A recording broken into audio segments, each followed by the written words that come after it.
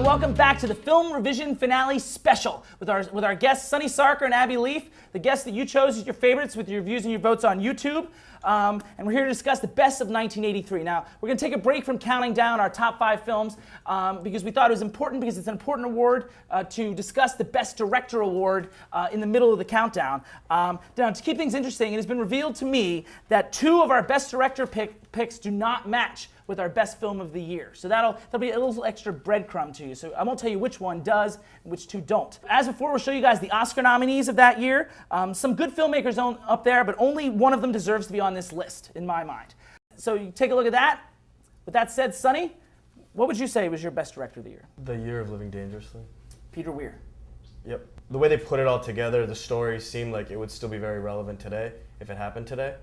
The movie didn't seem to me at all like over dramatic or overacted. I know you disagree at some points, but like it seemed to me that it was very well done. It was very smooth. Peter Weir's a great filmmaker. There's no doubt. I mean, very unheralded filmmaker. Right. And there were some great shots with like panning across the country. And yeah, also, I mean, like he's the definitely cool angles and stuff. knows. I mean, you talk about the difference between a visual film and a talkie film, and like Year of Living Danger is an example of a truly cinematic film. Right. I mean, I had some issues with like the minor issues at best, but like issues with the tone, issues with the mood. I think the scenes that are best are the really like eclectic ones. You know, when they're taking when they went to that coup at the embassy, and and they're taking those photos, and those chaotic scenes are really well staged. Right. Some of those other scenes just a little slow, and there's the melancholy that hangs over it. I think that the music is another choice that I referred to earlier in this movie that sort of didn't work for me, but they're minor stuff to be sure. Ab? No, I didn't think one thing or another about that movie, really, in general. You said it a few times tonight. I know. There were some really good ones, some stinky ones, and then just a bunch of crap in the middle. I think for the one thing about that movie we forget is that Mel Gibson and Sigourney Weaver, those guys were very fresh. So we expect things out of them there, but he got a good performance out of both of them, and they were both like I think newbies, right? I mean, I would say they're talented people, so Sure. What was your best director of the year? I went with the director from Terms of Endearment. James L. Brooks. Yeah. I will heartily disagree with that. Not that it's about the film itself, but I mean, like, I think my biggest problem with the film lies in direction. It's interesting because, well, okay. I mean, especially because the way that he formulated, like, he insisted on this idea that the film is a comedy. I don't think so. He says so on the commentary. Yeah, but I mean, it doesn't come across that way in the viewing of it. I disagree because there's these moments when like Shirley MacLaine's like looking out the window and then she like falls off her chair, like really slapsticky moments that just seem really off tone in this movie.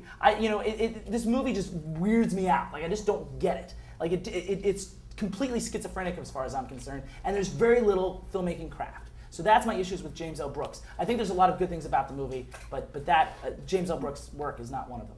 Well, what'd you pick? Did you have anything on James L. Brooks before I pick mine? My best director pick actually coincides with my number 3 film of the year. I picked Philip Kaufman for The Right Stuff. I mean, once again, I think it's, handling the scope of the film is one thing, but managing to keep it personal. I mean, he's got a lot of characters that deal with this movie, a multitude, which is usually a death knell for a movie. But I think he balances them all out, and all of the scenes have detail and nuance in them. And he doesn't shortchange anything in favor of another. It's really well balanced, and so you're constantly interested in as every astronaut comes up for their turn to some degree. I think it's very well constructed in that say, and a lot of great craft in terms of all the technical elements as well. But I mean, just a lot of great filmmaking choices, and that's why Philip Kaufman is my director of the year. It's a good movie, but he also has a ton of assets to use. So including budget, the actors, some great special effects. There's a great story behind it. Tom Wolfe wrote the story.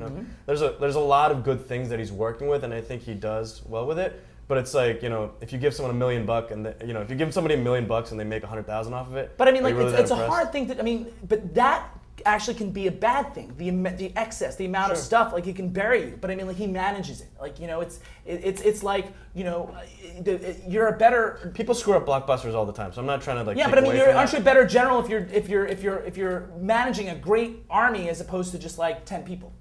Sure. So anyway, that's what my best director of the year. So once again, our best directors of the year are Peter Weir, James L. Brooks, and Philip Kaufman. We're going to resume our countdown. We've got 2 more videos left. Next on Film Revision Finale, the number 2 film of 1983. Check it out very soon. from a land down under.